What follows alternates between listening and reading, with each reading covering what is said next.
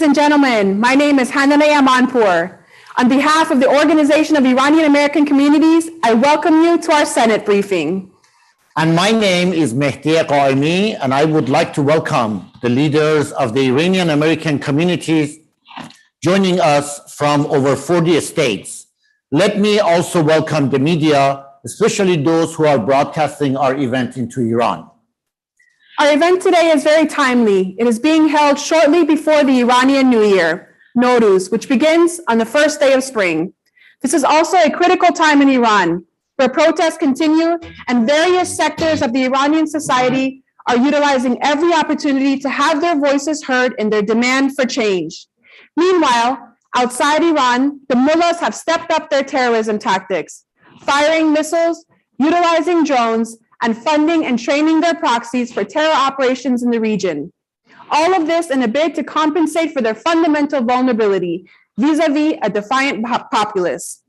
Their isolation from the Iranian people is unprecedented. Yet the regime continues its dash to develop a nuclear weapons program, which it believes will guarantee its survival. Beginning about 3 weeks ago, we entered a new era.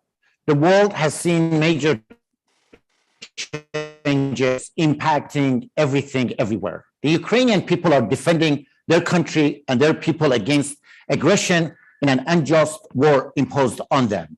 Not surprisingly, the Iranian regime has overtly and repeatedly supported the invasion of Ukraine and has put the blame on the Ukrainian people. Also, not surprisingly, the people of Iran find themselves on the side of the Ukrainian people and their resistance in defense of their country, dignity, and their freedom. This briefing is timely because Washington and others are searching for a productive Iran policy. Yes, and the Iranian people and their resistance have already shown us in their protests and with their slogans what the framework of a sound U.S. policy should look like.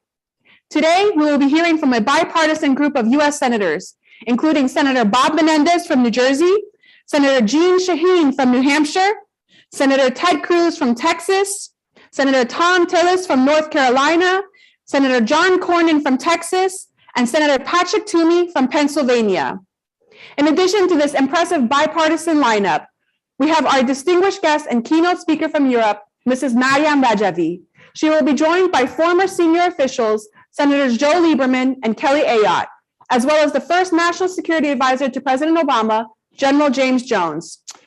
We will also be joined by some Ukrainian members of parliament who will tell us their stories of resistance and describe life in their war-ravaged homeland. Before we hear from our speakers, let's watch a short clip about development in Iran.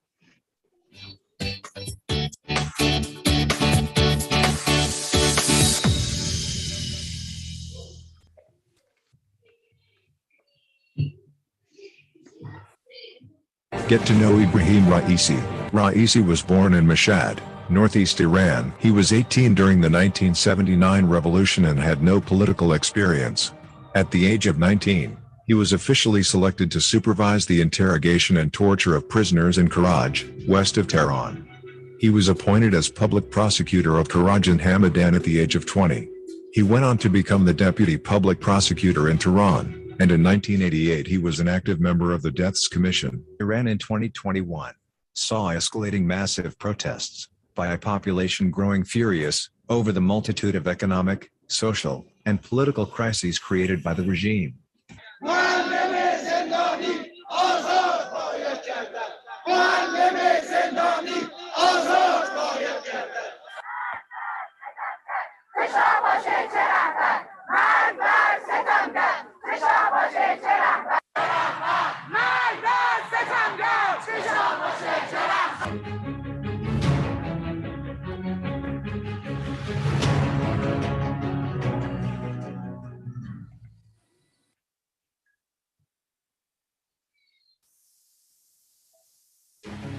The statue had only been in place for less than 24 hours. It was unveiled on Wednesday morning, January 5th, and burned hours later.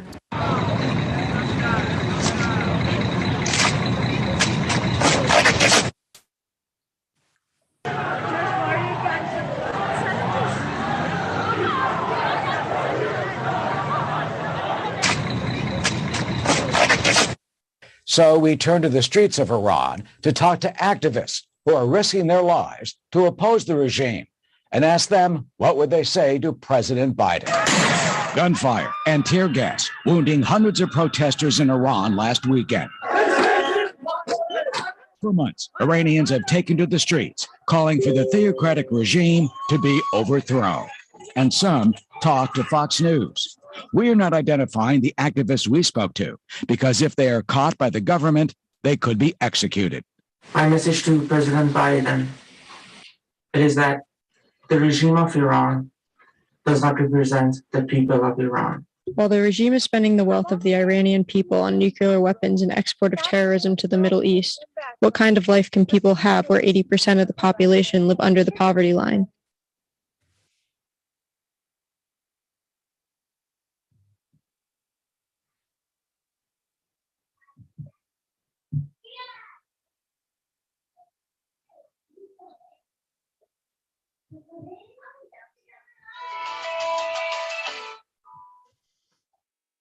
درود بر رجوی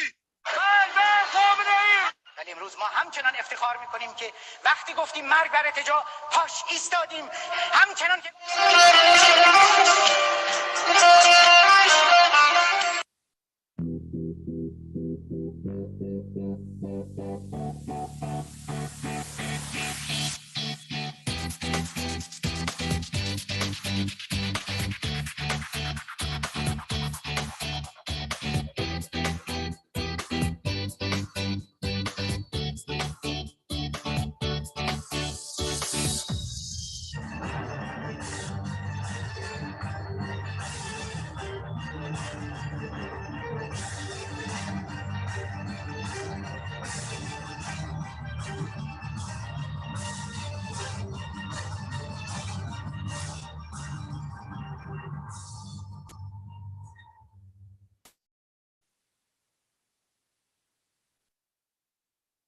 گرد آمده ایم برای تاکید بر تعهدات بزرگ و تاریخی که بر دوش گرفته ایم. تعهد اول این است که ما مردم ایران، ما مقاومت ایران این رژیم را سرنگون می‌کنیم و ایران را پس می‌گیریم. تعهد دوم ما این است که ما مردم ایران، ما مقاومت ایران، ایران دموکراتیک و آزاد را بنا می‌کنیم. تعهد سوم ما این است که به حاکمیت و رأی جمهور مردم وفادار باشیم، نه در پی دستیابی به قدرت به هر قیمت، بلکه در پی برقراری آزادی و عدالت به هر قیمت باشیم. هرگز به دیکتاتوری شاه و شیخ برنگردیم.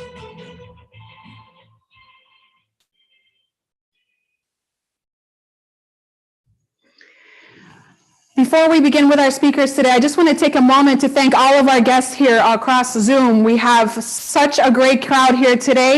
Thank you so much for being here. And with that, allow me to invite our keynote speaker from Europe, Mrs. Maryam Rajavi, President-elect of the National Council of Resistance of Iran. In leading the resistance against the tyrannical regime, Mrs. Rajavi is guided by her forward-looking platform for a free Iran and her vision of principled patriotism and a secular, non-nuclear republic. It is truly a privilege and honor to welcome you, Madam President.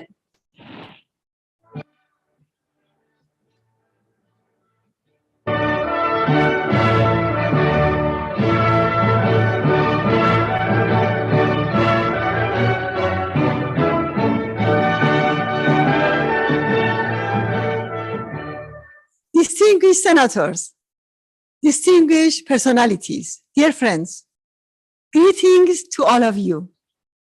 At the beginning of spring and the Iranian New Year, Nowruz, allow me first to pray for peace and security in the world and freedom and democracy in Iran.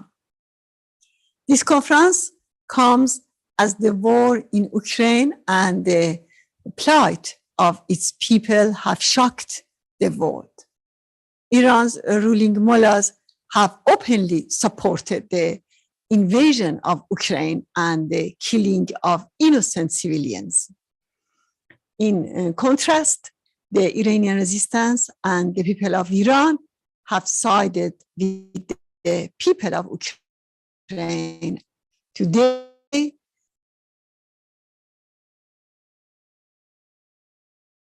Iran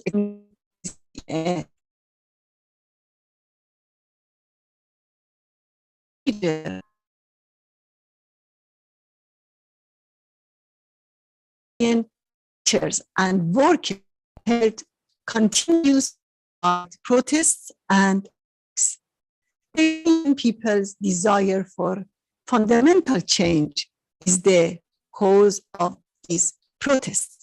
Khamenei and his revolutionary goals are detested and lack any legitimacy among Iranians. They continue to plunder our nation's wealth and incite war in Yemen, Iraq, and Syria. Khamenei's decision to install Raisi, the henchman of the 1988 massacre, as the regime's president is the product of the regime's vulnerable state. On January 27, the resistance units disrupted 25 regime television and radio channels and broadcast the slogan, "Death to Khamenei."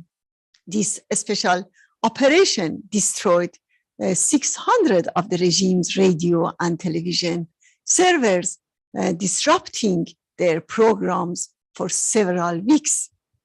Since then, the resistance units have repeatedly broadcast anti-regime slogans in busy locations in large cities, which has shocked the regime. Recently, they launched another operation destroying several sites of the Ministry of Guidance, which is responsible for censorship and fundamentalist propagandas of the mullahs. And this was another blow to this brutal and suppressive regime. The resistance units also set fire to the statue of terror mastermind Qasem Soleimani in the capital of one of Iran's provinces.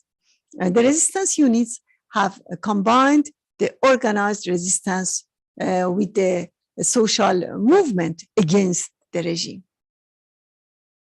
Dear friends, the regime's strategy is based on three elements. First, brutal repression, torture, and executions. Second, making and inciting war and terrorism abroad, including in the United States and Europe.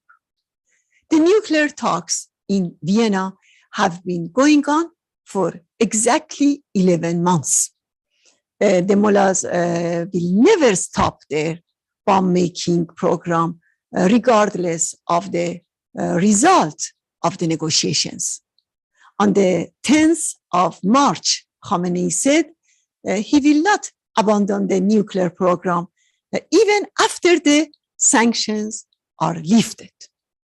Let me remind that the regime began expanding its nuclear program right after the July 2015 agreement and not in the last 2 years.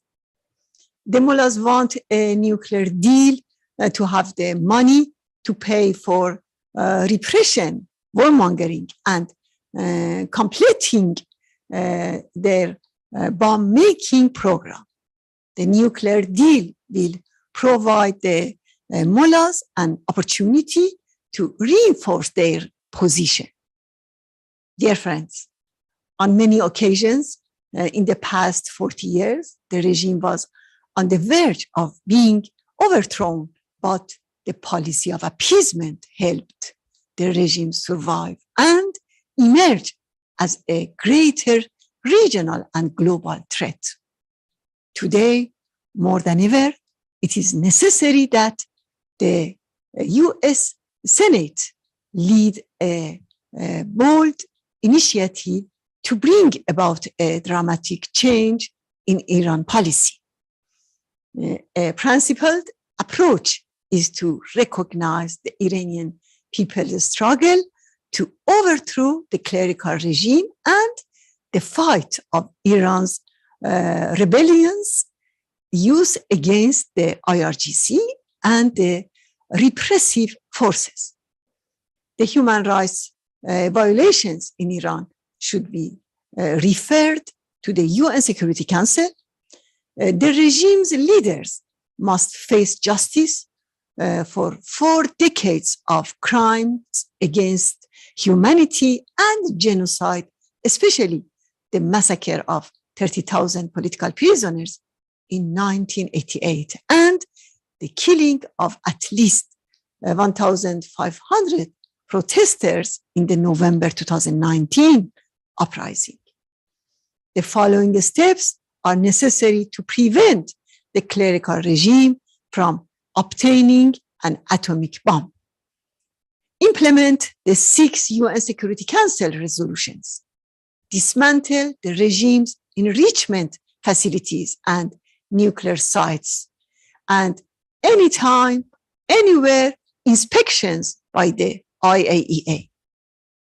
Every dollar in the hands of this brutal and illegitimate regime will be used for repression, terrorism, and warmongering. The world must condemn the regime's measures to block Iran's internet and provide the Iranian people free access to the internet. Finally, I would like to express my gratitude to you, our friends and distinguished personalities who defend the just struggle of the Iranian people for freedom and democracy, which also guarantees global peace and security. I have no doubt that, as it has been proven during the last 4 decades, the Iranian people shall overcome. Thank you, and God bless you all.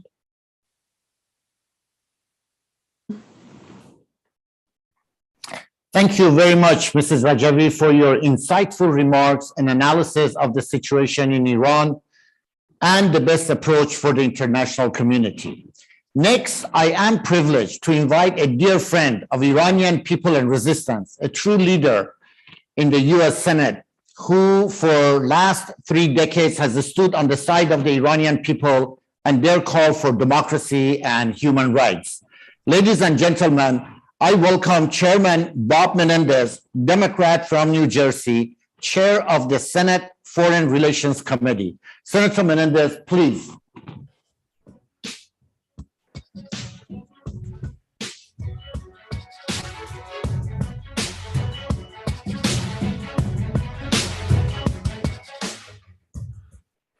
Hello, everyone. It's my pleasure to wish you a very happy Nowruz. Holidays are a time we gather and reflect with friends and family.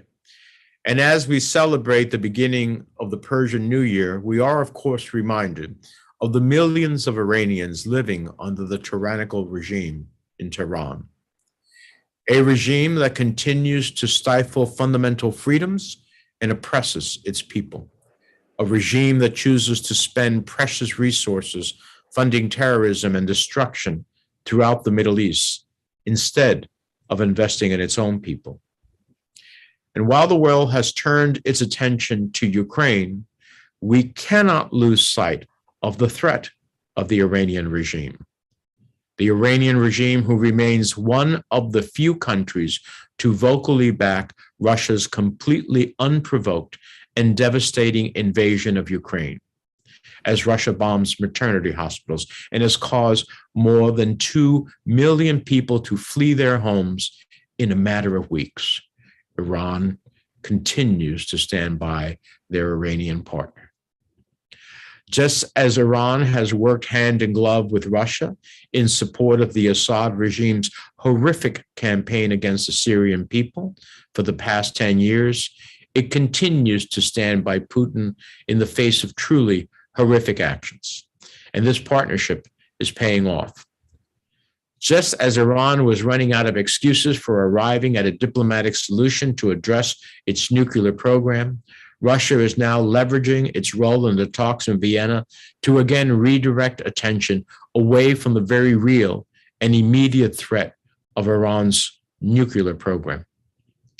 Along with your community, I have been outspoken about the threat of a nuclear-armed Iran and have expressed serious concerns about the talks in Vienna to revive the deeply flawed JCPOA. It has been clear for a year, but it has become even more abundantly clear over the past few weeks that Iran is simply looking for any excuse to drag out talks while it continues to advance its dangerous nuclear program.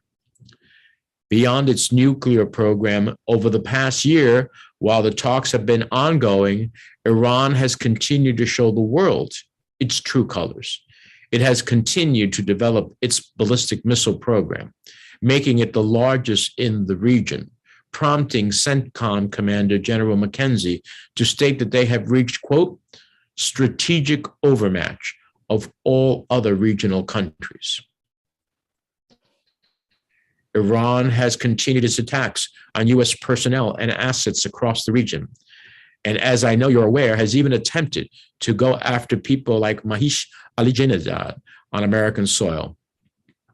And I don't need to tell anyone here about the ongoing horrific crimes the regime perpetrates against the Iranian people.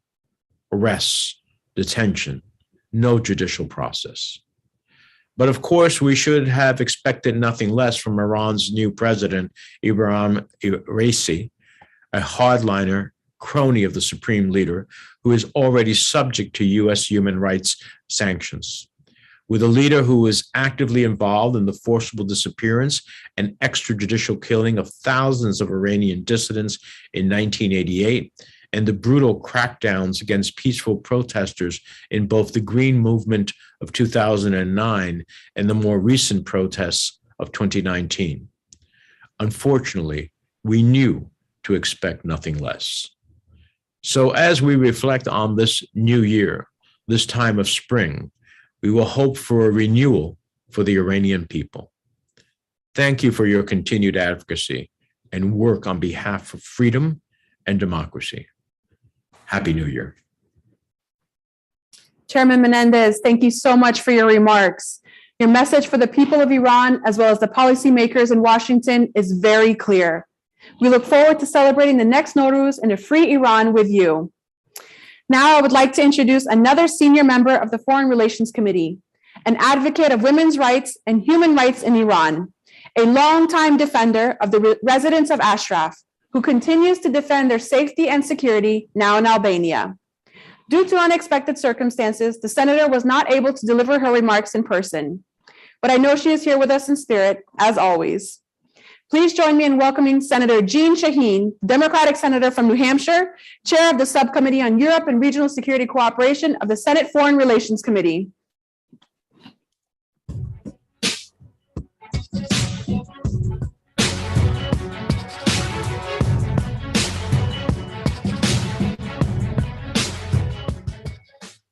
Dear Mrs. Rajavi, I write today to wish you and the Organization of Iranian American Communities a happy Nowruz and thank you for your continued work in support of freedom for the people of Iran. The people of Iran know well the dedication and perseverance needed to demand change and stand up to autocracy. Since 2018, there have been 8 major uprisings in Iran involving 200 cities and hundreds of thousands of people. These protests have continued into 2022 as the people of Iran demand a better way of life.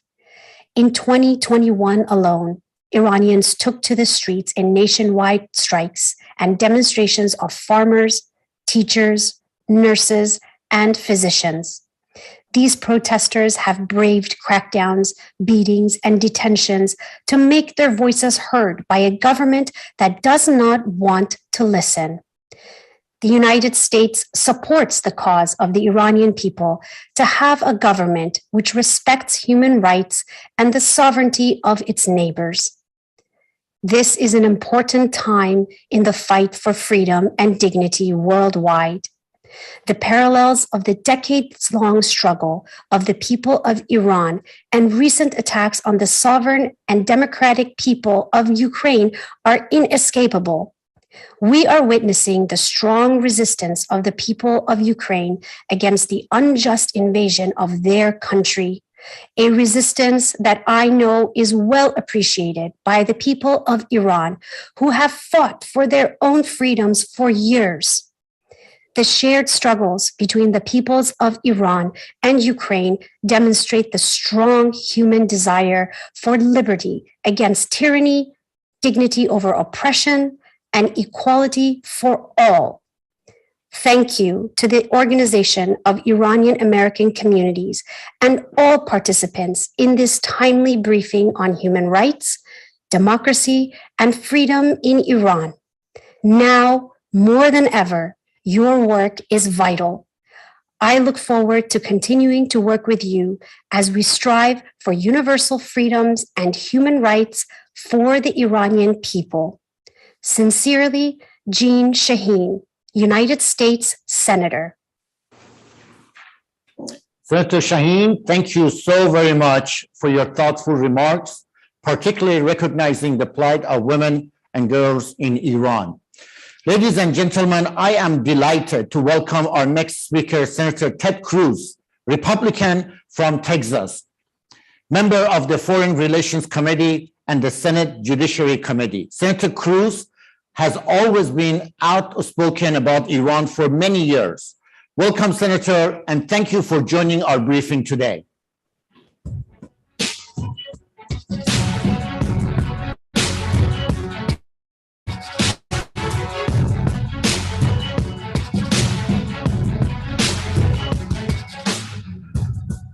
Hi, I'm Ted Cruz.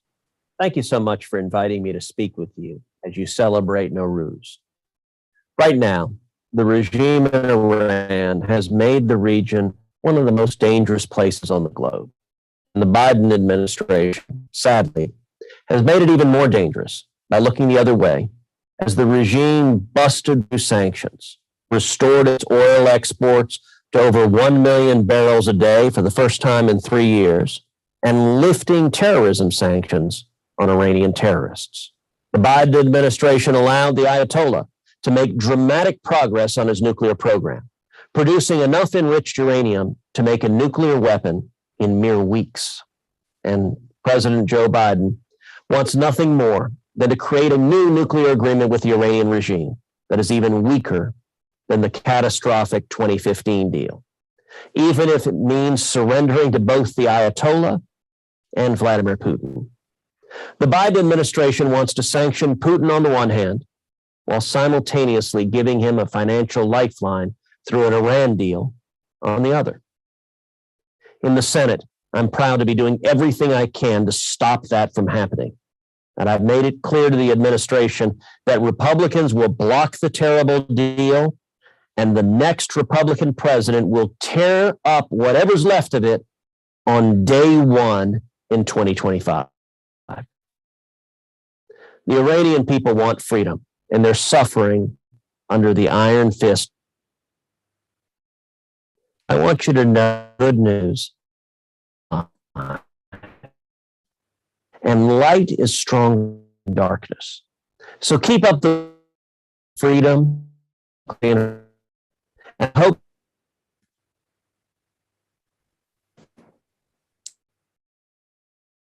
Senator Cruz, continue support in your efforts to shed light on things being did by the criminal Iran. A free Iran by the people of Iran, the only. Thank you again. And earlier, the strong bipartisan voice of the United States Senate. And with that, it is with great pleasure that I introduce Senator Tom Tillis, Republican Senator from North Carolina, a senior member of the Senate Armed Services Committee and co-chair of the Senate Human Rights Caucus.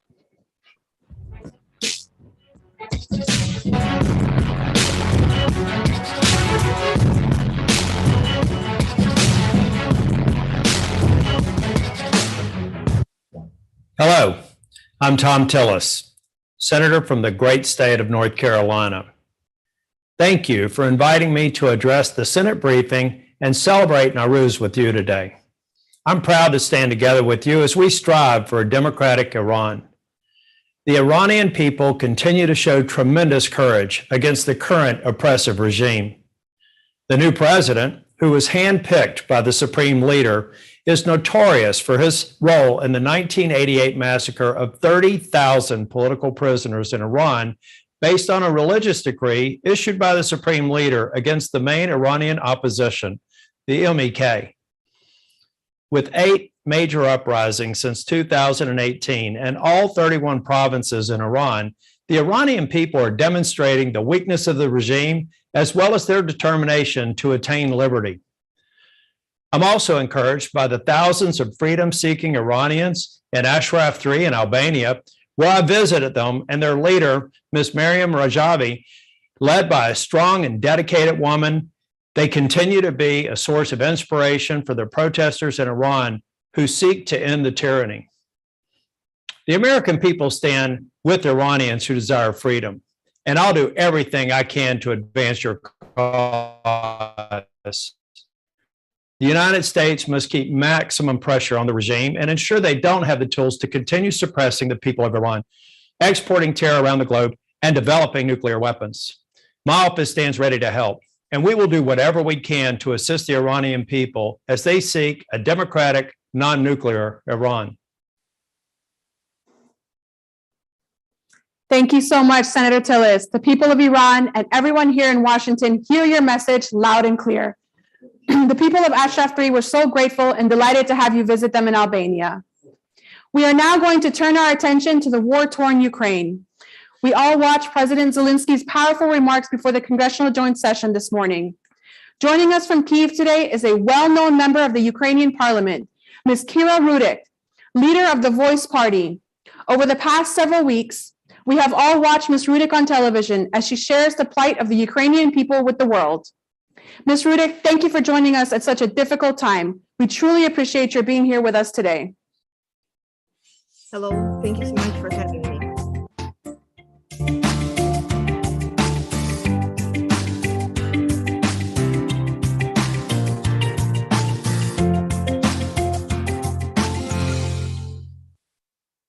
Hello, thank you so much for having me. And a special thanks goes to Mrs. Rahavi for the invitation. So I'm Kira Rudik, leader of the Holos Party and Ukrainian member of parliament. Today is the day 21 of Russia-Ukraine war. I want to remind everybody the thoughts about the day one that every single person that I have been talking to, including the honorable members of US Congress, who said, Ukraine doesn't stand a chance. You will be down in 24, maximum 48 hours.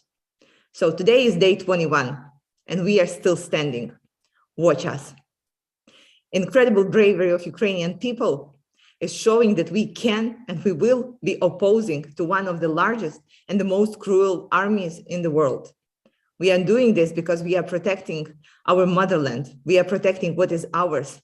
We are protecting the values and the freedom, something that Russia doesn't actually understand what that is.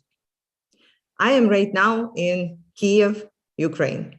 We are under 35-hour curfew that is done so the city can be prepared to one of the different variants of the Russian attacks. There are 3 variants, and I will tell you how we are ready to them. The first one is the direct land attack. And we have been working all together for the last 21 days to be able to get ready.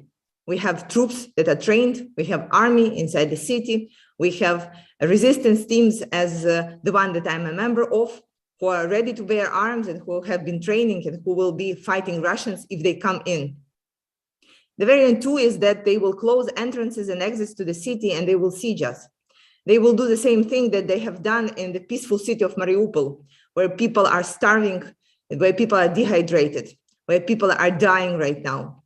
And we are ready to that as well here in Kiev. We have prepared enough food, supplies, water to get ready, to be able to at least survive for 14 days if there will be a siege. And there is third variant that is very likely and that we are not prepared for. This is if Russians will be attacking from the air, and this is what they are doing. For the last 2 days, we have been seeing the intensifying level of attacks. So what I mean is every second hour you are hearing air raid siren and you have to go to the bomb shelter and you have to hide to protect your life. And if I can, as an MP, as a leader, I can be working with my citizens to prepare for a land attack, to prepare for a siege, but I cannot prepare for the Air Force attack. There is nothing that we can do to protect ourselves from the air. There is no money in the world that we can buy ourselves the Air Force protection. And this is why we have been pleading every single NATO member, every single NATO country for a no-fly zone over Ukraine. This is what President Zelensky was asking US Congress in his address today. And we are not asking it because this is something just that we think that we need. This is a question of life or death for us.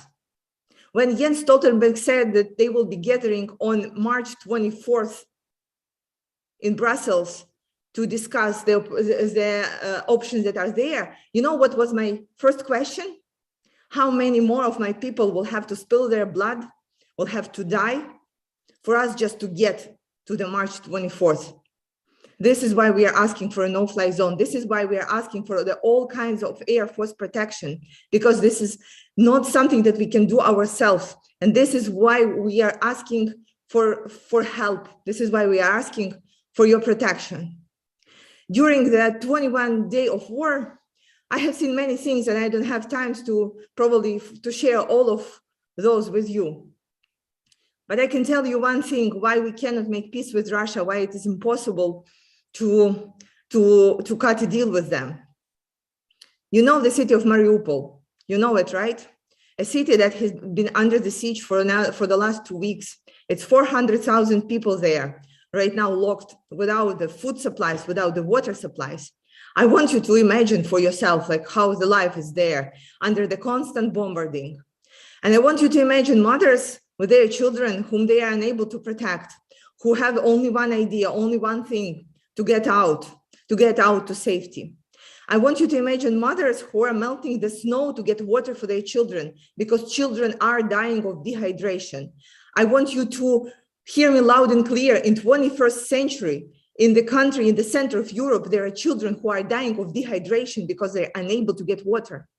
So I want you to imagine those mothers with their children early in the morning getting to the buses because they were told that there is a small peace deal that the buses can get out, that there could be a humanitarian convoy, and children hiding behind their mommy's backs and everybody getting into the buses and everybody is being very quiet and everybody being very much afraid and with the hope that they will be able to do this. And so the buses are loaded and they are trying to get out. And then the Russians start firing their guns and the buses have to come back. And the next day they're doing the same thing. They're trying to get on the buses, hoping that today would be the day.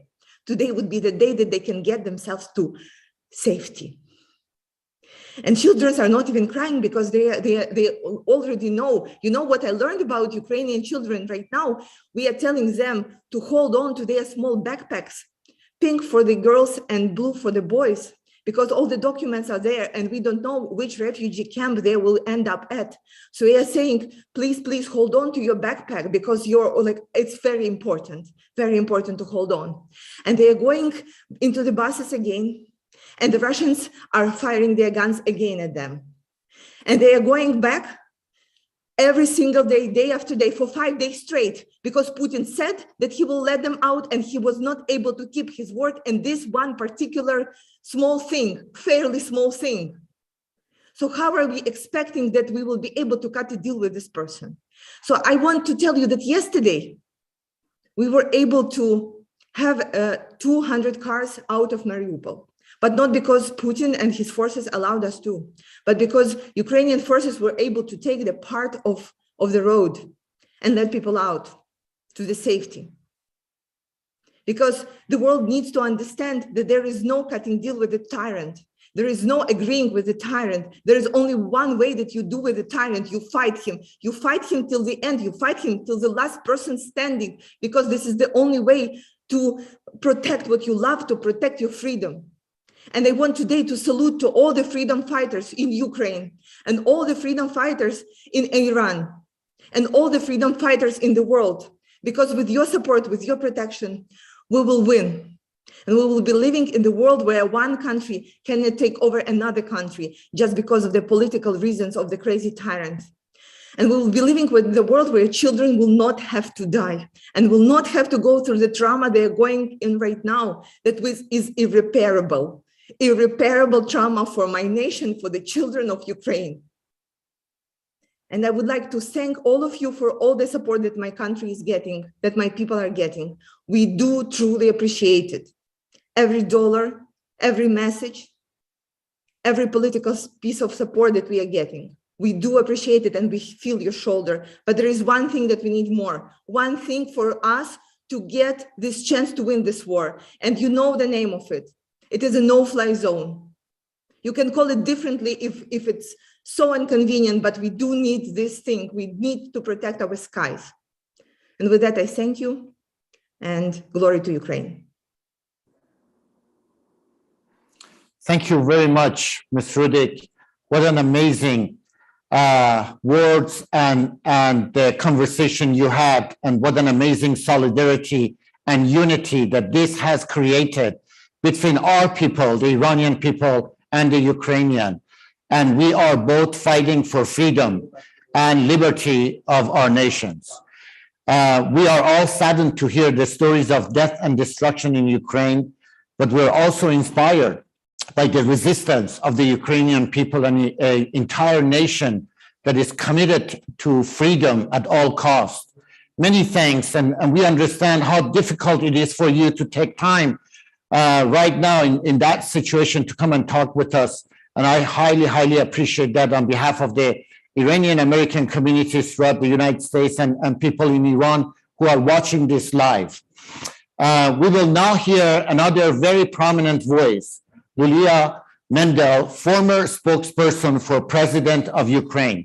President Volodymyr Zelensky. Ms. Mendel, thank you very much for joining us today, and we are very excited to hear your remarks. Please go ahead. Hi, thank you for having me.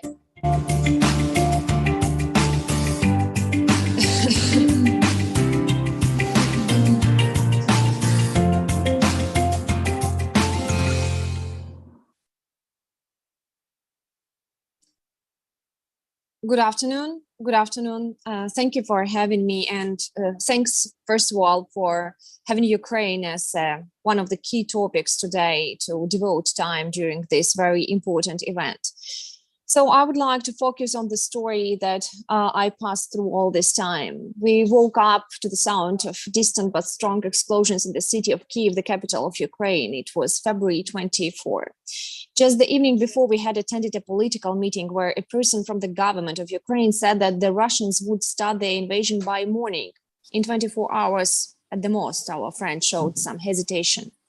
For 2 days in a row, we woke up to the sound of explosions. The first day it was away. The next day I jumped out of bed from my shallow sleep and yelled, get up, run, run. The explosions were so loud that it seemed like rockets were about to fly right through our window. My mom called me on the first day of invasion to tell she was still going to the hospital where she works as pediatrician. I wondered if it were appropriate to repeat everyday practices. I cannot do differently, she said. There are kids there. Who else should be with them? At that moment, I thought hospital would be a safe place to stay. I was so much wrong. Russians were targeting hospitals and schools in different regions. The bombing of maternity hospital in Mariupol on March 9, 2022 was the culmination of the moral collapse and societal degradation of the Russian army. 3 people were killed and 17 were wounded. A day later, an injured pregnant woman also died. What kind of a country is this that is afraid of hospitals, maternity hospitals? Russia destroys them. Were there little Bandera men, reference to nationalist hero of Ukraine there? Were pregnant women going to shoot the Russian city of Rostov? Did anyone in the maternity hospital humiliate Russian speakers? Asked Volodymyr Zelensky in his address after this. I fled Kyiv an hour before Russians entered the city, but I stay in Ukraine doing everything possible to make the peace closer, to tell the story of Ukraine and to bring people relief. Humanitarian aid? Okay, I mean, hundreds of interviews, I don't mind. Organize the call of Elon Musk and President Zelensky, for sure. Everyone tries to do their best to help bring peace to Ukraine. But the reality in my head is tearing up. In Lviv, where I am now, it's in the west, I walked an alleyway shattered from public roads. A men's formal clothing store remained opened. Its interior was decorated with large designer skeins of thread, and 2 young girls were standing nearby talking about how they were still driving bad, so that they turned on their emergency lights. This was a talk from a peaceful life. Beyond this alleyway, there was another dimension where tanks ran over cars with people, where a 50-year-old Igor cuddled a cat that survived the bombing of his village by Russians. Neither his 12-year-old daughter with disabilities nor his mother-in-law, 2 sons-in-law, his wife's friends survived. Only 2 of his grandchildren survived the attack, along with his cat, Marsik. There, beyond this alleyway, I barely heard a cry of Mariupol town dying in hunger, cold, and without water. We are desperate. We trust no one. We will go to the breakthrough. We beg for help, they wrote me in a message. This is what everywhere looks like, everywhere and always. The line between life and death, the information gap, efforts to survive next to efforts to maintain a normal reality. He who has been through the school of war from the inside will never be the same. It is impossible to see the war around and to understand the explanation of Western bureaucracy and Western hesitation to close the sky above Ukraine. We don't have time anymore. When we say it needs time, it takes time, we mean it needs lives. From the first days, Ukraine begged for the closure of the sky over our land, the so-called no-fly zone. In fact, this means that NATO planes would monitor any air movements over Ukraine. And if the Ukrainian airspace is violated by Russian planes, NATO would have to react, that is, to destroy the invaders. On the other hand, this would stop the endless attacks from the sky on peaceful Ukrainians, or NATO saw it's a threat of the World War III. Vladimir Putin made it clear that he would view such assistance as Western involvement in war. And definitely he didn't want someone to interrupt his mass killings. He flexed nuclear weapons near Ukrainian borders. For me, Putin resembles a monkey with a grenade, and the West does its best not to irritate him. Closing the skies over Ukraine is obviously an irritation factor. But the monkey can drop or throw the grenade at any moment and without any irritant. Ukraine did nothing to provoke Putin's annexation of Crimea in 2014 or for the first invasion of our eastern region of Donbass the same year. And 8 years later, brazen large-scale invasion. Dictators don't need to create irritants. They make them up when they see fit, regardless of argument and logic. And I think Iran knows this very well. The West keeps trying to make sense of Putin logically calculating his next steps, but not seeing any reason to explain the current ones. Meanwhile, thousands have died, and we're just watching more dying every day. I know that the West is killing Russian economy, industry by industry, punishing the Russians for killing Ukrainians. The global order was being altered. The West woke up from the sleep to stand for democracy, democracy that is being bombed right now in Ukraine.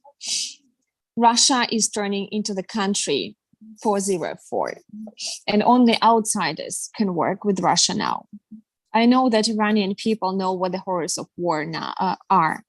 And when the evil rises its head, the threat is even bigger. The latest news is that Iranian foreign minister heads to Russia in an effort to remove the latest roadblock to a revived nuclear agreement. This is the threat not to Ukraine, to the whole world, right? The United States is the power that must find the instruments to stop the joint efforts to evil, to kill the world as we know it. The world is more value right now than any time. If the West doesn't help Ukraine right now, Russia will eat countries one by one. Russia has emerged over the past 2 decades as the world's leading exporter of instability. This has become a central pillar of Vladimir Putin's foreign policy, allowing Moscow to undermine potential opponents from within while enabling the Kremlin punch well above its true geopolitical weight. Russia has proven itself particularly skilled at exporting instability throughout the post-Soviet space. These are the major messages that I would like to say to you, but also we in Ukraine stand here for the 21 days. And I'm sure that we will stand to the very end, every one of us, because this is our home, this is our land, and this is our value. As Volodymyr Zelensky, the president of Ukraine, said that life will overcome death and the light will overcome darkness. Thank you. Thank you so much for your very powerful remarks, Ms. Mendel. We are all moved by the stories coming out of Ukraine. And I just want to say that the strong women of Ukraine are an inspiration to women around the world.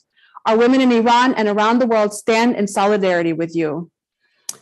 We are now joined by another member of the Ukrainian parliament, Ms. Helena Yanchenko, an MP from Servant of the People Party and part of President Vladimir Zelensky's anti-corruption team.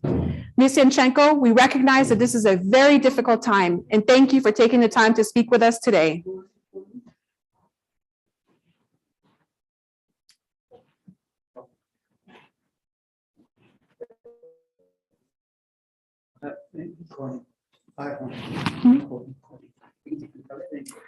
It looks like, unfortunately, we are having some technical difficulties.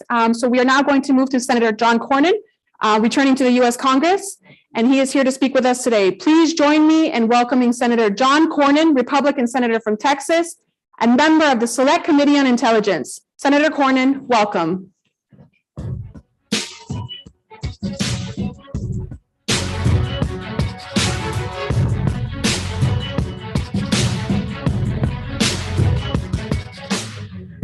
Hi, I'm Texas Senator John Cornyn. I want to begin by wishing all of you happy Persian New Year, or Nowruz Piruz, and thank you for allowing me to speak with you today. In the face of Russia's invasion of Ukraine, I commend your hard work in fighting human rights abuse and totalitarianism, as well as your solidarity with the people of Ukraine. America will always stand with the people of Iran, and we will do everything we can to support your desire to be a free people. We've got our work cut out for us, but I applaud all of you and the hard work you continue to do. Thanks again for letting me join you today, and have a wonderful new year. Thank you very much, Senator Cornyn. With your help and support, we will continue to stand with the people of Iran and their struggle for freedom. We have many members of the Iranian American community from Texas online with us today, and I can see how proud they are to hear your expression of support. Next, we are going to hear a message from Senator Patrick Toomey, Republican from Pennsylvania, ranking member of the Senate Banking, Housing, Urban Affairs Committee. Let's take a listen.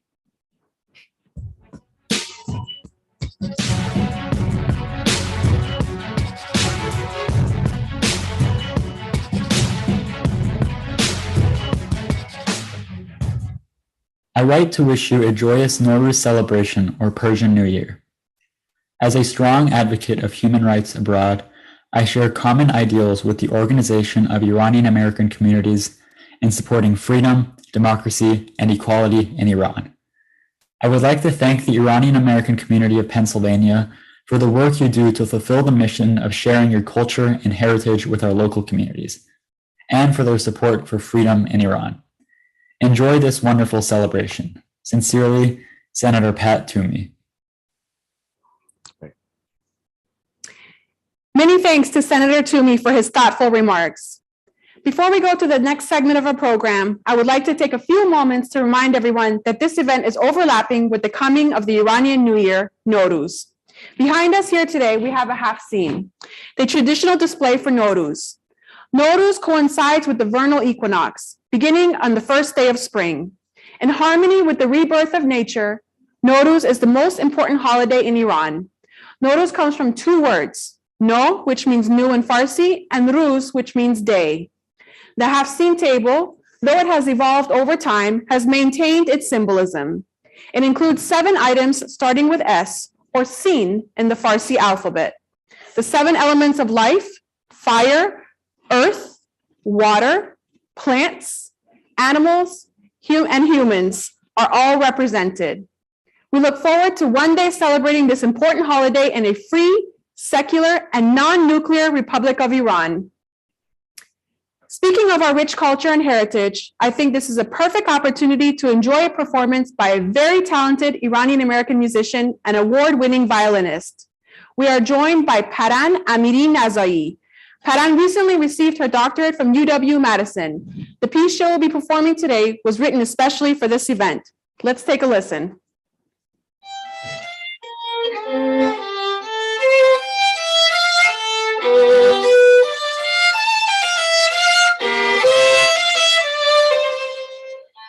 Eid Shema Mubarak, Happy Nowruz. This movement is dedicated to all the women in Iran fighting for a just and free Iran.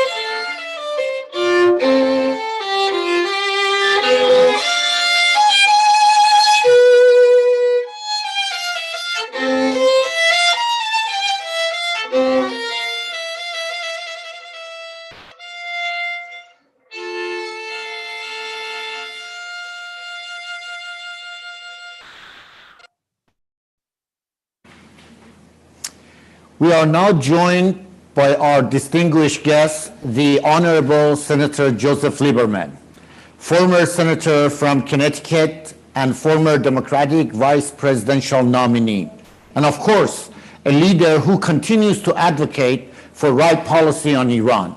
Please join me to welcome Senator Lieberman.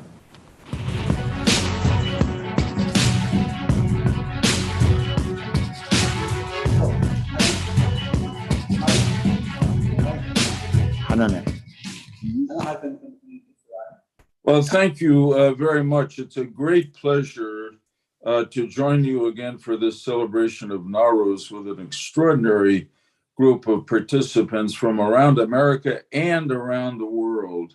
And I want to give a special thank you to the Organization of Iranian American Communities for hosting this event, particularly the groups from Maryland and Virginia. As has been said, Nowruz brings with it all the hope and light of springtime as the cold and darkness of winter is ending. That, my friends, is the reassuring cycle of nature. But in the human world, there is not so much reassurance at this moment. The world remains darkened by brutal invasions and persecution and terrible violations of people's rights by immoral governments. This is the challenge of our time. Each of us is challenged to come together to fight the darkness of tyranny and to bring the lights of freedom and opportunity.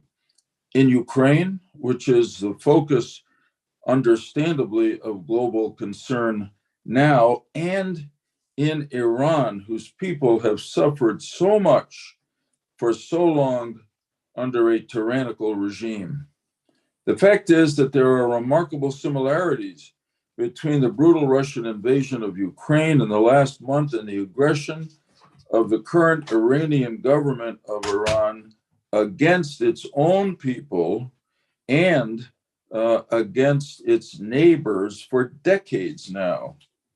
In the name of the national values of America and the civilized world, the Putin government of Russia and the Khamenei government of Iran must be stopped.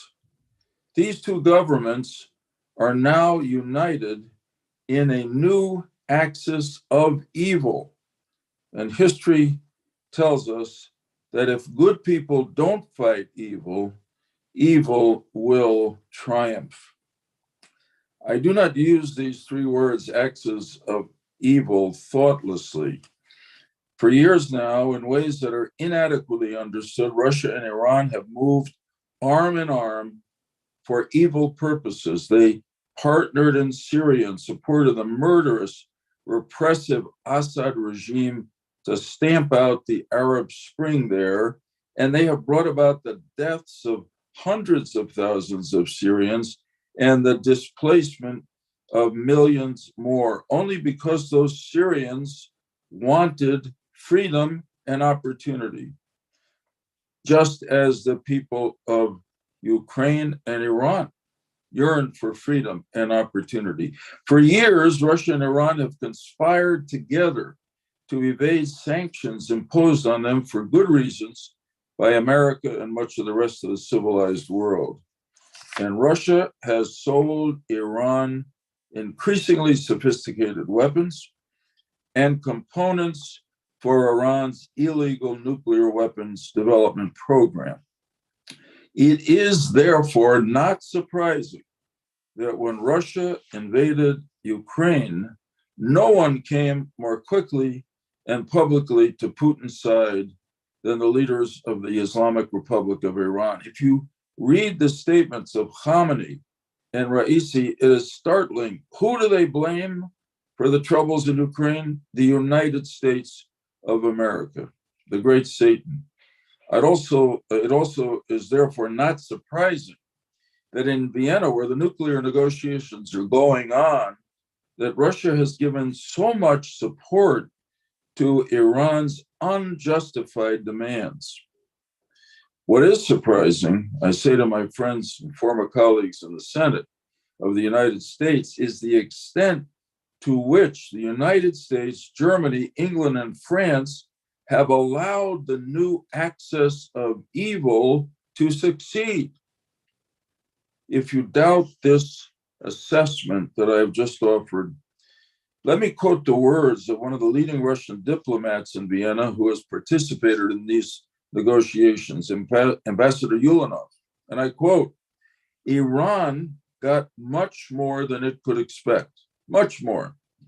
And then he went on to brag that there were dozens of times when Russia and China worked together against the United States and Europe and European countries to achieve Iran's point of view on items that were in controversy. My friends, if the information coming out of Vienna is correct about the apparent agreement, this will be much worse than the JCPOA for the United States, for our allies in the region, for the people of Iran, and for the rest of the world. Now, here's what I've heard.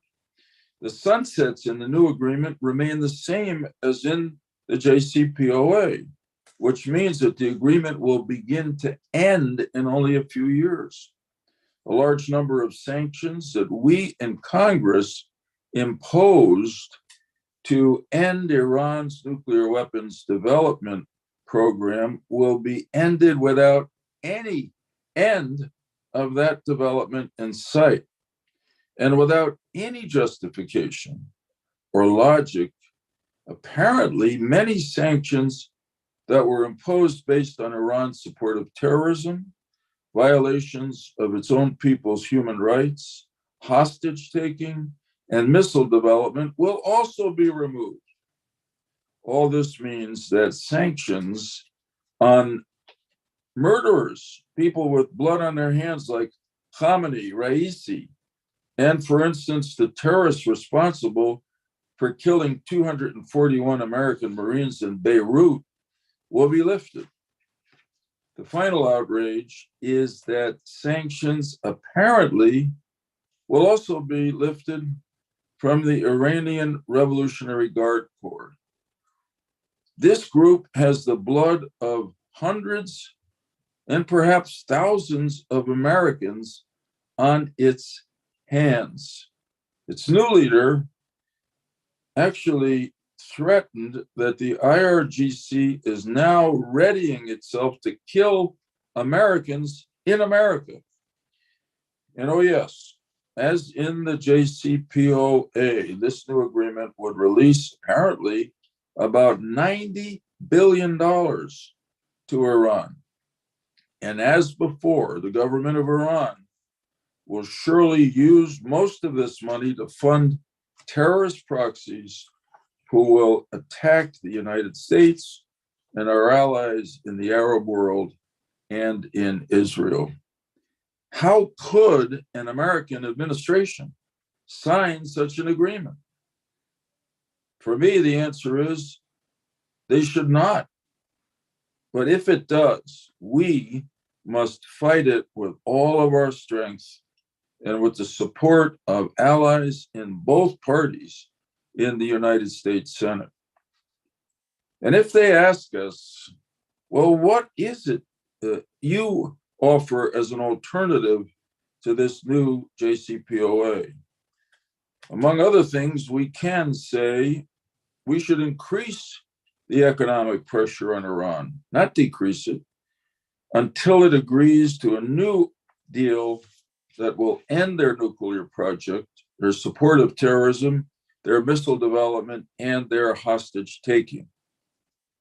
And just as we and most of the rest of the civilized world has responded to the Russian invasion of Ukraine by supporting the brave resistance of the Ukrainian people against the Russian tyrants and the extraordinary leadership of their president, Volodymyr Zelensky, we should also support the brave and growing resistance of the courageous Iranian people and the leader of that resistance, also an extraordinary leader, one who shares the principles and values and patriotism of President Zelensky. And of course, I speak of Mrs. Maryam Rajavi.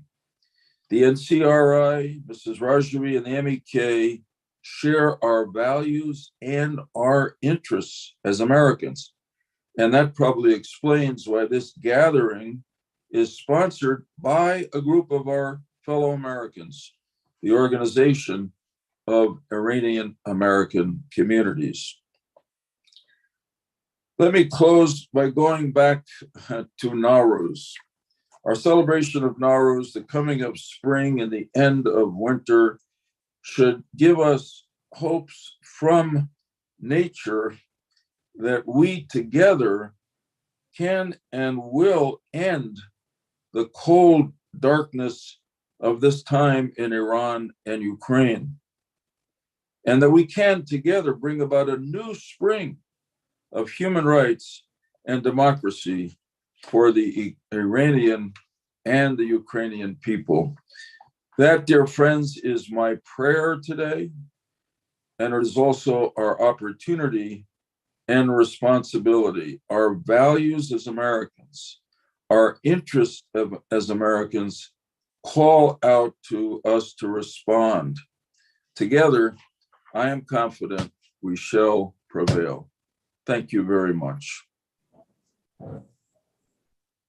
Thank you so much, Senator Lieberman. As you have said, the world of 2022 is very different from the world of 2015, especially in light of the events taking place beginning in February, which have focused the world's attention on the threat that authoritarian regimes pose to all freedom-loving peoples.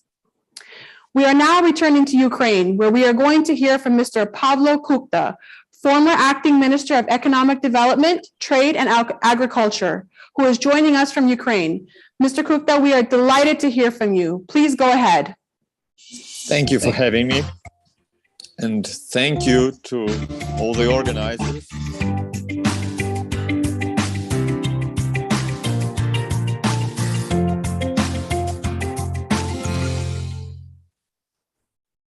Thank you. Thank you for having me. And thank you to all the organizers for dedicating so much attention to the situation here in Ukraine. I believe it concerns all the free world now, all the free peoples, including those who are fighting for the freedom of Iranian people as well. Essentially, this is a common large war between the civilized free world and the dictatorial non-free world, in which the free people need to prevail and free all those oppressed by the tyrannical regimes that are now attacking Ukraine, because Ukraine is a focal point for this right now, starting from February. Now, I'm a very practical person who used to work many years in the government, so I'll try to give you a practical perspective on something that is hard to talk about in practical and calm terms, which is the scale of humanitarian disaster in Ukraine, the role it plays in Mr. Putin's strategy in the war that he has engaged here, and what can be done to help relieve this situation. As you know, for the past couple of weeks, essentially since the few days into the invasion, the Russian military has largely been bogged down in Ukraine. So if you look at the maps of the conflict, there have not been a lot of progress. They've not been making a lot of progress, and Ukrainian military has successfully repelled the Russians on many fronts. This has led to a certain shift in the tactics that the Russians use now against Ukraine. That is the tactics of attrition, using essentially terrorist methods. So more and more the Russians are turning to bombing civilians, killing civilians, besieging towns and depriving them of necessities. This is clearly becoming their strategy in the war in Ukraine, and essentially this humanitarian disaster is becoming the way they are trying to win this war, or at least reach some of their goals in this war. Just to imagine the scale of the disaster. About 3 million refugees have fled Ukraine in the last 3 weeks. That's 1 million people per week. Thousands of people are dead, including at least 100 children. That's the statistics available right now, but of course it's extremely unreliable. And unfortunately, most likely after the war, we'll see the numbers rise significantly. In the besieged Mariupol alone, more than 2,000 civilians have already been killed by Russians in the space of a couple of weeks. This city is totally closed off. The Russians are not letting humanitarian aid flow into the city, and it is deprived of basic necessities. People have been forced to melt snow there for water, to drink something. Children have been dying there without baby food. We know specific cases of children who died because they did not have access to baby food in this city. Other towns are also being besieged or destroyed, though Mariupol is probably the most critical situation. But the town of Chernihiv in the north, which is more than 200,000 people, is being besieged as well. The suburbs of Kyiv, very prosperous and rich towns like Irpin, Bucha, or Hostomel, have been completely destroyed, and there are bodies lying there on the ground, right as we speak right now. This is the scale of the disaster. Fortunately, both the government of Ukraine, partner nations, or should I call them allied nations now, international organizations have all coordinated their efforts to try to relieve the situation. So almost 50,000 tons of humanitarian aid have already been delivered to Ukraine to help relieve the situation. I myself, with my team, am managing one of the largest logistical hubs for humanitarian aid right now in Ukraine. It's called I Am Not Alone. And we've processed about 10% of all humanitarian aid delivered to the country. We have flows coming into all major cities near the front line where people desperately need relief, and we see that with our own eyes. We understand how much it is needed, how much the people of Ukraine are now lacking, and how much all this is part of Mr. Putin's strategy to pressure the country into giving at least some concessions to him. He's trying to grab something, some kind of victory for himself, essentially using terrorist tactics. So this humanitarian relief effort is important both to relieve the human suffering happening right now, but also to disrupt Mr. Putin's plans for winning the war or getting something out of the war with terrorist tactics. That is, I believe, it's so crucial for us to, as international community, as the free world, to be successful in this. And I invite everyone to collaborate on this with our initiative, with other initiatives. Help Ukraine. You will not only relieve human suffering, you also disrupt the plans of the Russian dictatorial government and help the free world win this war.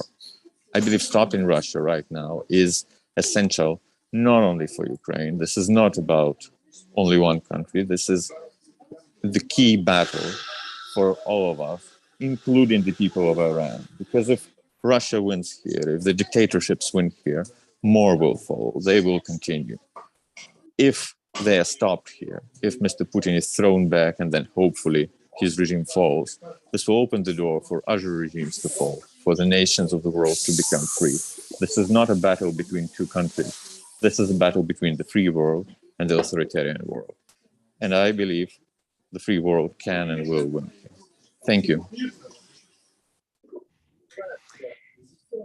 Thank you so much for being here with us today, Mr. Kukta. We really appreciate you making time for us during this very difficult time. We hear your powerful words loud and clear, and the people of Iran share your struggle in their fight for freedom. I am now delighted to introduce the Honorable Senator Kelly Ayotte, former senator from New Hampshire. Before her time in the Senate, she also served as 27th Attorney General of the state of New Hampshire. Please join me in welcoming Senator Ayotte.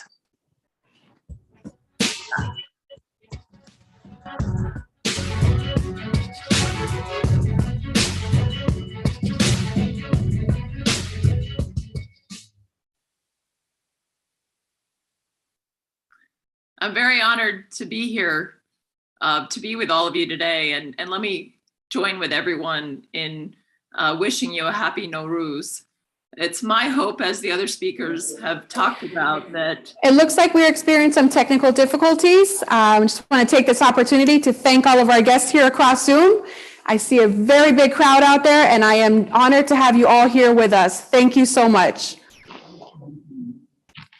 And of course, I want to take this opportunity and thank our friends and people who have joined us from Ukraine. This is a very difficult time, very dangerous for them to join us, and we can't thank you enough. And this shows once again that a unity and a solidarity that exists between nations and the people who fight dictatorial system and those who want to take away people's freedom and liberty and democracy. And as it has been proven in Iran for many, many years, particularly the last 40 some years, we are going to fight just like the Ukrainian until we achieve the freedom and democracy in Iran. And we feel this solidarity with the Ukrainian people. We are with you as you are with us. And the finish line is in very, very close, and we will overcome and we will see the victory very soon. And I also wanted to thank all of the members and the leaders of the Iranian American community throughout the United States joining us for this event, this very, very important event. Of course, it's coinciding with the Iranian New Year's and all the happiness that is to bring to the nation. We are going to see the victory very soon.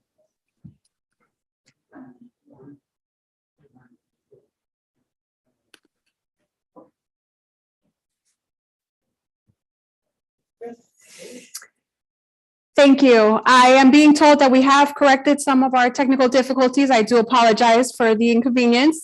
We are now being joined by Ms. Yanchenko. We have reconnected.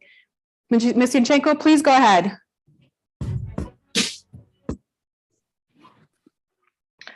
Hello, everyone. My name is Halina Yanchenko. I'm member of Ukrainian Parliament, deputy head of parliamentary majority, and mother of 2 children who are 5 and 10 years old. And my children are now Ukrainian refugees. I didn't see them in a week. And believe my story is not unique. Horrible things like that experience every second family in Ukraine. Every second family in Ukraine are now broke apart. Men went to Ukrainian army or territory defense to protect our country, our cities, and their homes. And many women with children had to actually flee away from Ukraine. Nowadays, there are over 3 million Ukrainians who became refugees and left the country to save their lives. What our country is going through is a nightmare. Bombed cities, missiles on hospitals with people in it, on kindergartens, on schools, on maternity houses where women are giving birth to their babies. Nowadays, Ukrainian women are giving birth to their babies in a bomb shells and basement. And this is something that you don't expect to actually have on European continent nowadays. Pavlo Kuchta, who just spoke a few minutes before me, told you about the situation in Mariupol. Indeed, yesterday or a day before, Deputy Mayor of Mariupol reported that there are 20,000, just listen and just try to realize this number, 20,000 of innocent civilian Ukrainians who were either killed or who died because of Russian occupation in only one city of Mariupol. 20,000 people, women, children, older people, men. They die because of shelling.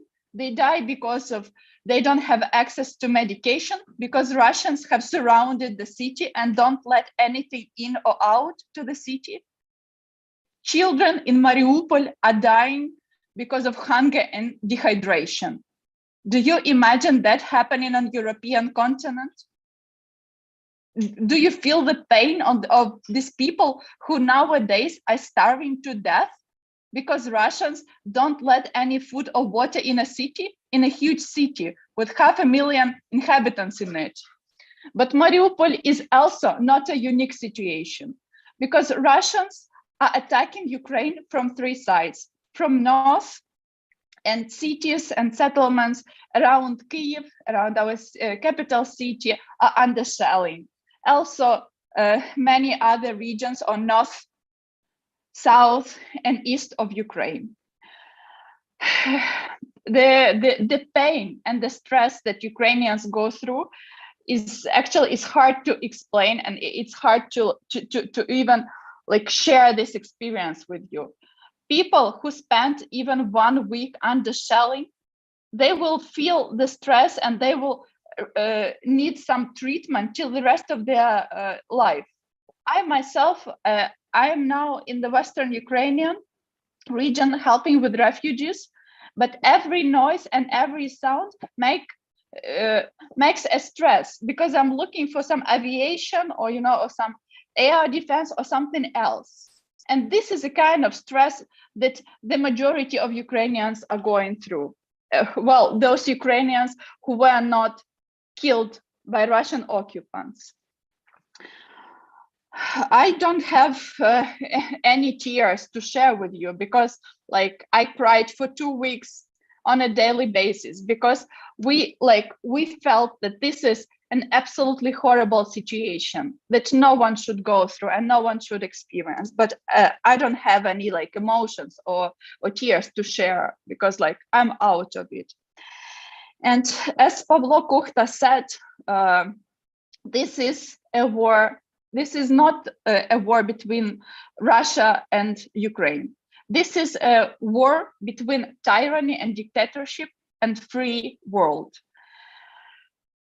We are fighting with a country who hates not only Ukraine.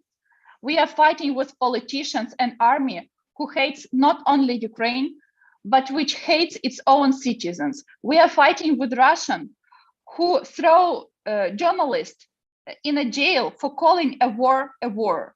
Do you imagine this level of censorship? Do you imagine this level of censorship? We are fighting with a country which beats its own citizens who go on protest. So we are fighting basically with Russia, who became a North Korea.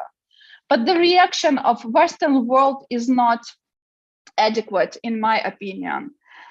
Of course, we are thankful for all the help and all the assistance we are getting, but it comes quite often, it's slow and it's not sufficient. And on a daily basis, well, on an hourly basis, hundreds of innocent Ukrainians are dying. Just an hour ago, I received this picture, and this is the picture of I don't know, 3 or 4 year old child who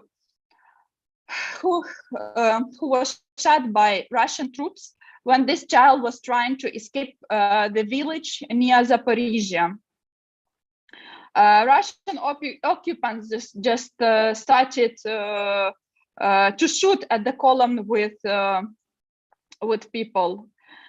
And that's what they are doing in a number of cases when Ukrainian government is trying to evacuate peaceful citizens from the cities, from the shellings and stuff like that. I will find it later and I will share it with you. So basically, what we are seeing now is that quite a strong Ukrainian army, brave people who are fighting back with Russians, and these people will not surrender. They will not like leave the country or escape. They will fight till the very end. And Western world can help Ukrainians to actually make this victory sooner. You can help with weapon and with air defense. You see that Ukrainian cities are being shelled heavily from air. Citizens, innocent civilians are suffering. And I think if West really shares such values as human life, human dignity, as rule of law, you should act immediately and you should not wait. I know the Western bureaucracy, but actually it's time to, it's not a time to play with bureaucracy. It's not a time to play with negotiations. It's not a time to play like, let's think what we can do in a week. It's time to act right now, because on hourly basis, Ukrainians are being killed by Russian occupation troops. After all, you also should work with transnational and international companies who keep working in Russia, because those companies, those private companies, keep funding Russian government, keep funding Russian troops, and it means that they keep funding deaths of innocent civilians in Ukraine. This is probably the main thing that I wanted to share, but the very last, probably the very last point that I want to stress my attention is the fact that Putin is doing all these horrible things in Ukraine because he sees fear. He sees fear in the eyes of Western leaders. He understands that Western political leaders are afraid to react. He sees fear, and he understands that he will not be punished in a short period of time. The sanctions that are imposed is not enough if Putin and Russian army keeps killing Ukrainians. So I beg you to be strong, to be brave, and to take actions on time. If you show Putin that you have this fear, he will go on. And he will go on killing not only Ukrainians, but he will go on invading in other countries. We've already seen that Russia is acting as like a country, aggressive country. They have started with Moldova, they continued in Georgia, and being unpunished, they actually are having this war in Ukraine. Again, starting in 2014, and because they were not punished enough, they continued this full-fledged aggression, this full-fledged war, killing thousands of Ukrainians, like in the majority of region of Ukraine. Thank you for your attention. Thank you very much, Ms. Yanchenko. Thank you very much for being here with us today. We are moved by your powerful message. We recognize that this is a very difficult time, and we thank you for taking the time to speak with us today. And trust me, you are the Ukrainian people are the talk of the town. More and more people are demanding from their leaders for more support, and the whole world is watching and supporting your resistance, and we shall overcome. I am now delighted to introduce the Honorable Senator Kelly Ayotte, former senator from New Hampshire. Before her time in the Senate, she also served as the 27th Attorney General of the state of New Hampshire. Please join me in welcoming Senator Ayotte. Thank you. I'm very honored to be with all of you today.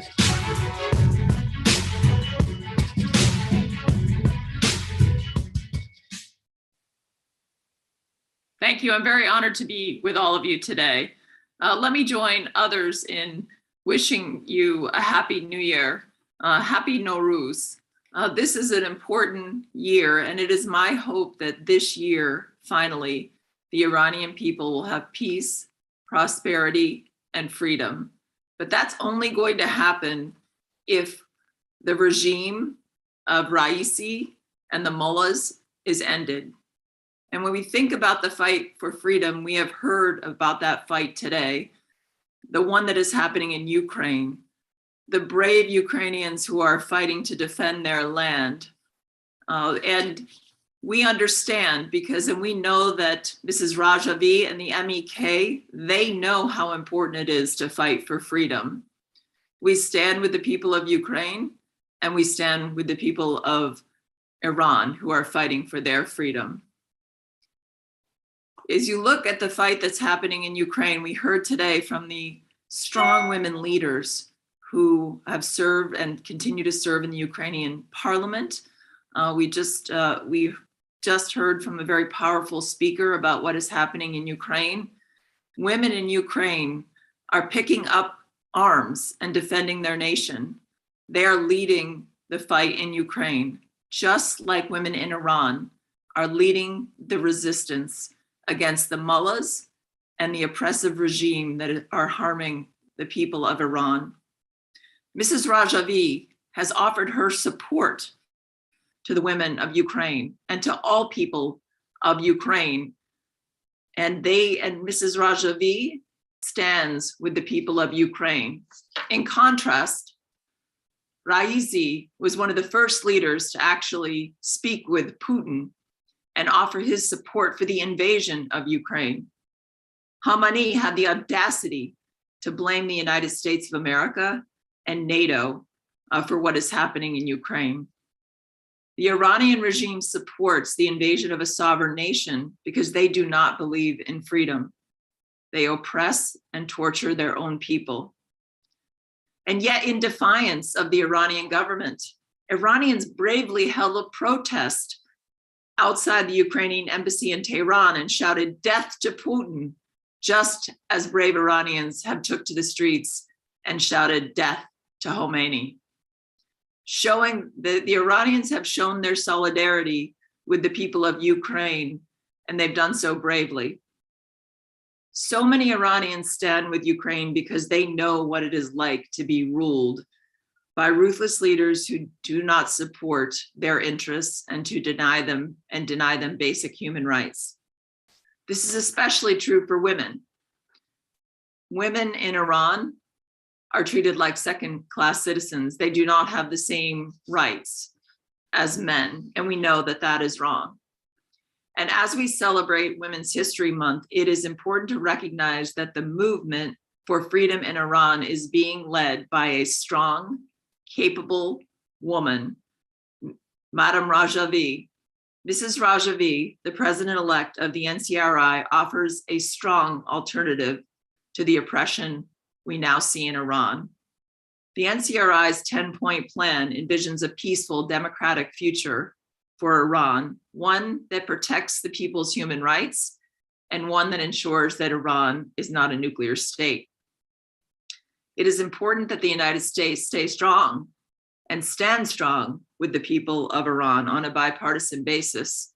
I was heartened to hear from the senators on both sides of the aisle today talk about how important it is that we stand with the people of Iran and that we ensure that Iran does not get a nuclear weapon. Unfortunately, this regime tortures and kills its own people. It promotes terrorism around the world. It fuels proxy wars in the Middle East. It supports the murderous Assad regime and funds terrorist groups like Hezbollah and Hamas. And we know also, according to a recent report issued by the Director of National Intelligence, that the regime is actually daring to try to harm people on American soil. In fact, Secretary Pompeo has to have a security detail around the clock that taxpayers are paying for because the Iranians are threatening his life even now. Finally, just days ago, the Revolutionary Guard dropped ballistic missiles on Iraq near a US facility. Despite all of this malign behavior, unfortunately, the Biden administration is trying to negotiate an agreement right now in Vienna with Iran. The problem is this: you cannot trust the regime. They lie, they cheat, and they kill. We should not appease them. Just like we cannot appease Vladimir Putin, and we should stand with the people of Ukraine, we should not appease the Iranian regime, Raisi, Khomeini, the mullahs. We cannot trust them. They have the blood of Iranians and people around the world on their hands. No deal is acceptable unless it verifiably ends Iran's nuclear program and stops all enrichment of any uranium, ends their ballistic missile program, stops their support of terrorism, and very importantly, Iran must also agree to respect the basic human rights of the Iranian people. The original Iran deal was weak, and I was proud to vote against it. We cannot afford to negotiate another weak deal with this murderous regime. We also should not allow Iran to re-enter the international oil market. Why would we turn to Iran for oil when we can develop our own natural resources and even turn to Canada for help. And most of all, we should reject Russia's efforts to shape the deal to allow Russia to do business with Iran despite international sanctions. It would defy all logic to allow Putin to dictate any terms in a nuclear agreement. Putin, Khamenei, Raisi, they are all cut from the same cloth. We should not deal with these thugs. The free world should isolate these evil men and make them pay for their crimes against humanity. It is my hope that this will be a new year for the people of Iran, and that this Nowruz, we can all come together and celebrate freedom for the people of Iran. We support Mrs. Rajavi and what she is trying to do. We stand with the people of Iran who bravely protest in the streets, just like we stand with the brave Ukrainians who are fighting for their homeland right now.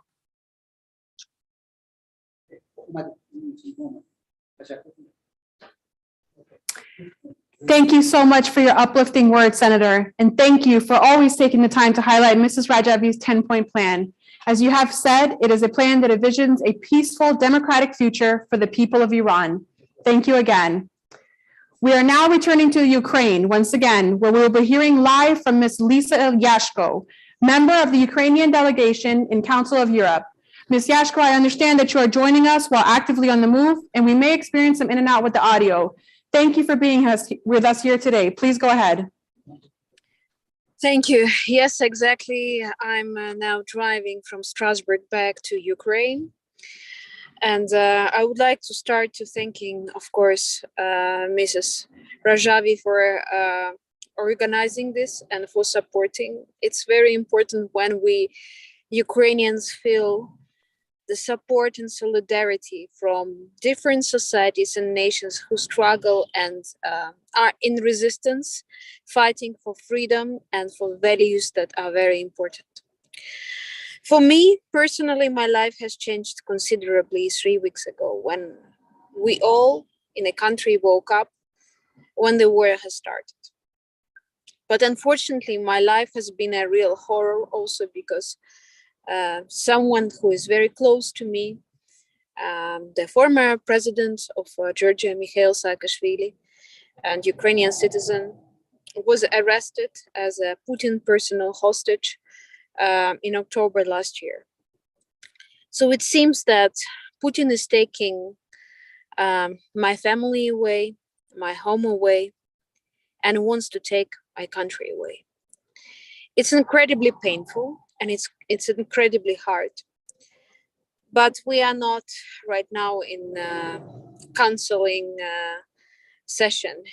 We are in resistance, in incredible fight for our values and for our freedom.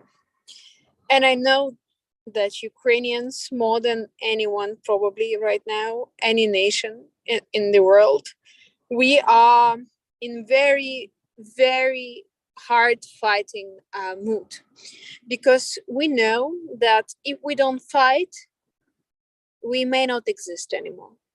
And this fight is not only for us, for the future of Ukraine, but also for the future of the whole humanity and for all nations that are fighting. We need to be an example of that resistance, of that ability to defend our ideas, our beliefs, our identity, and also to say no to real evil. The things that are happening right now, and including, unfortunately, that a ballistic rocket that recently happened coming from the Iranian side and from other places in the world where we cannot trust the governments. It's a very dangerous moment in the history. But I'm sure that if we have this solidarity all together, we share this pain, but we continue going forward to the future and to that freedom that we all deserve.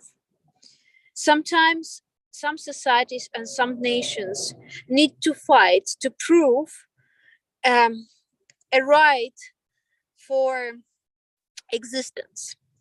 It's incredibly painful because I think that everyone deserves to be happy. And in my country, we already went through a number of revolutions. And we already had war in 2014, the aggression that started. And now it's a full-scale war that we are not hiding from.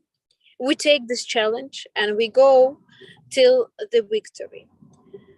As my colleagues said before, Ukrainian colleagues, we all are devastated by the number of victims that we see every day. And it's incredibly painful to see that people, ordinary people, civilians are suffering and children. But what I want to ask all of you who is listening to me right now is to say, first, don't give up if you are fighting for your societies, for your states, and for politicians. I want to say, please, let's be not only brave, but let's feel that moment of the history when we finally are choosing which page of that history we will have tomorrow. We may have a bad choice, right now, or we may miss the moment when we will be able to make a good choice for peace. And then some countries maybe just get destroyed if we don't act today. So I'm asking, please, let's in solidarity with each other, with understanding the historical role that we are all playing, all as nations and as the states and the government. Now it's the moment finally to start a new page in the history where we won't have hypocrisy anymore. We won't have cynicism, evil, aggression. And I'm dreaming about the governments in the different states where we really could have transparency, we could have freedom, and we could trust them. And I know that Ukraine is an example of such a state right now. And I'm sure that with your support, we can not only make a change in Ukraine and defend Ukraine, we will, without exaggerating, I'm sure that now we are fighting for the whole world, for the whole new world, and it's opportunity for every one of us. Thank you very much, and I wish peace and freedom to all of you, and also to our hearts, minds, and souls. Thank you. Thank you very much, Ms. Yoshko. Your remarks are heard by freedom-loving people around the world. And as we stand with you in your fight for freedom, we will not give up. We have chosen, just like you said, to be on the right side of the history, to be with the Ukrainian people, to do everything we can to take your message to the millions of people. And I can tell you that there is a lot of solidarity and a lot of support here in the United States, and it will continue, and we shall overcome. And please be safe. We understand it's very difficult for you to take the moment to join us today. Our next and final speaker is the first national security advisor to President Obama, a retired four-star general, supreme allied commander in Europe, and a Marine Corps commandant. Someone we all know who has advocated for Ashraf to be in Albania. Please welcome General James Jones.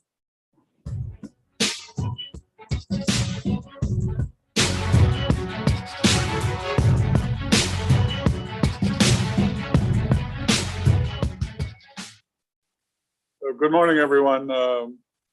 My name is Jim Jones. I'm a retired Marine General, a former National Security Advisor, and a passionate fan of the NCRI and everything that wonderful organization has stood for many, many years. I am especially a fan of Mrs. Rajavi, who has led with great courage and distinction on the path of democracy for the future of Iran. My relationship with NCRI goes back to 2010 when I left the White House as National Security Advisor, and I became aware of the plight of the people at Camp Ashraf 1, where they had been living for many years. and where the American military had provided and promised safety and security for the people in return for laying down their arms. We all know that when the United States pulled out of Iraq, that the Iraqi regime under then Prime Minister Maliki did not live up to the agreement of safeguarding and protecting the people of Camp Ashraf, and cooperated with the Iranian regime to systematically attempt to exterminate those people by a series of unprovoked attacks against a camp that was unarmed. Subsequently, the people of Camp Ashraf were what we now call Ashraf 1, were moved to Ashraf 2, which was formerly known as Camp Liberty. It's a good thing that we call it Ashraf 2 because Camp Liberty was anything but, and despite promises made by high-level U.S. government officials, the safety and security of the people of Ashraf 2 was again called into question with series of attacks, kidnappings, and brutalities that we see displayed in Ukraine today by Russian forces. Ultimately, the Ashraf 2 people were moved to Ashraf 3, where they currently lived in Albania. Albania deserves a lot of credit for stepping up to the task of welcoming and providing a home for the people of Ashraf. And I visited there, not nearly for a longer period as I'd like to, and I intend to visit there again this year. But we're grateful to the government of Albania for their hospitality. What's going on in the world right now, and it seized the world's attention in Ukraine, is the Russian onslaught. The people of Ukraine have showed themselves to be not only good fighters, but very resilient, and have, I'm sure, frustrated the idea that Russia would achieve its goals within 3 days of the beginning of hostilities. That hasn't happened. And one can only hope that the freedom fighters of the Ukraine will prevail with the help of the watching world against this unprovoked attack, which is bent on replacing the government and, if need be, destroying the fundamental aspects of the Ukrainian culture and political life. It's what's going on in Ukraine is reminiscent of the struggle that the NCRI and the previously known as the MEK, of course, have carried on valiantly inside, in and outside of Iran. We have not seen anything like what's going on in Ukraine since World War II. But the resistance movement in Iran is well familiar with the sacrifice that have to be made and the number of lives that have been lost and forever altered as a result of their struggle for freedom. So in a way, the two struggles are about freedom and democracy, things that we stand for here in the United States, and that democracies all over the world should join hands and support. My only disappointment today is the fact that the Iranian regime is still in power, but I take great solace in the fact that the stranglehold that they once had on the Iranian people is diminishing. I think the regime in Iran is in trouble, particularly since the 2018 uprising. I think Russia itself will have internal problems, big internal problems that will grow as the people of Russia, who also like freedom, understand that their government has lied to them, withheld information. But as the casualties grow and the body bags return home, even an authoritarian regime like Vladimir Putin's will not be able to hide the truth for much longer. And there is evidence in Iran that the government will not be able to control the manifestation of public outrage in their quest for freedom. On January 2nd of this year, a Soleimani statue was destroyed almost as soon as it was put up. On the 27th of January, 27 nationally owned television channels in Iran were disrupted for 12 seconds. And things like pictures of Mrs. Rajavi were shown on the television before they could figure out how to block that. There was a hack today or yesterday in Iran in the Ministry of Censorship. There was an audio hack in the big shopping centers that lasted for 1 hour with messages of freedom and encouragement from NCRI. Those are manifestations of tremendous public outcry for change in Iran. And we're seeing the same thing with the freedom fighters in Ukraine. Both groups deserve the support of all functional democracies and people all over the world who sometimes take the freedoms that we enjoy for granted. But we should never forget that the cause of freedom is never over, that it's not free.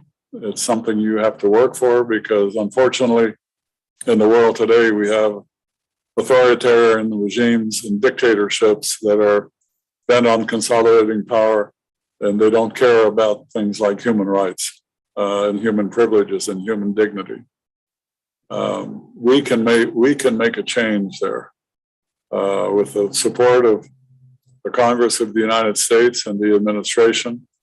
We can, in fact, make sure that change does come, and it comes sooner rather than later, both in Iran and in Ukraine and any other country that suffers under the yoke of a brutal dictatorship. What's going on in the world today is important. It's important because how this ends in Ukraine and how this ends in Iran, with the successes that we hope, but sends a message to other dictators that their time is limited, that they cannot continue to persecute their population for their own advantage, and that if in fact the current leaders of Iran and Russia are made to be the pariahs that they deserve to be, the war criminals that they deserve to be labeled, then and we enforce that idea that they're not welcome in any of our freedom-loving countries, then I think we can make sure that the other dictators that are watching and might be inspired by the actions in Iran or in the Ukraine will think twice about how they proceed in the future. And that's a lofty goal. It's an admirable goal. It's one that we should all participate in. And I'm very proud to be with you today. I'm sorry I can't be there in person, but I can assure you that I will be there until this is resolved in Iran, which means the replacement of a regime with the democratic values that Mrs. Rajavi has listed in her 10 principles. And in Moscow, where Vladimir Putin will be the pariah that he is in the process of making himself to be. So thank you very much for listening to me, and God bless the people of Iran. God bless the freedom fighters in Ukraine, and let's press on and bring victory to in both instances. It's well worth it, and it's very important for the future of the planet. Thank you so much. Thank you so much for your insightful remarks, General Jones. We hear you and cannot agree with you more, that the Iranian regime is weaker and more vulnerable now than it has ever been before. As you have said, better days are coming for Iran and coming very soon. Thank you so much, sir. And I also want to take this opportunity to thank all of our guests joining us on Zoom once again. I see faces represented from all across the country, friends and members of the Iranian American community here from New Jersey, California, Florida, all over. God, Colorado, Nevada, Tennessee, Arizona, North Carolina, South Carolina. What an amazing, amazing, powerful exhibition. Truly, one can say that wherever there is an Iranian American, the voice of Iranian resistance and the platform of 10-point plan of Mrs. Rajavi for a free, democratic, and a Republic of Iran is heard loud and clear. Indeed. Ladies and gentlemen, the bipartisan voice of the U.S. Senate has spoken today. We have also heard from Mrs. Maryam Rajavi, representing the voice of the Ukrainian people, as well as Ukrainian dignitaries and members of parliament who spoke very powerfully and made clear that they will resist until they have achieved victory against tyranny, a struggle that the Iranian people are all too familiar with. It is clear that the U.S. focus on Iran policy must go beyond the narrow scope of the JCPOA. As we all know, the Iranian regime continues its defiance, its rocket attacks, and its hostage diplomacy in a bid to lift the sanctions, which are hurting the ruling apparatus and the IRGC. Members of the U.S. Senate reiterated in a bipartisan way that there is a rising consensus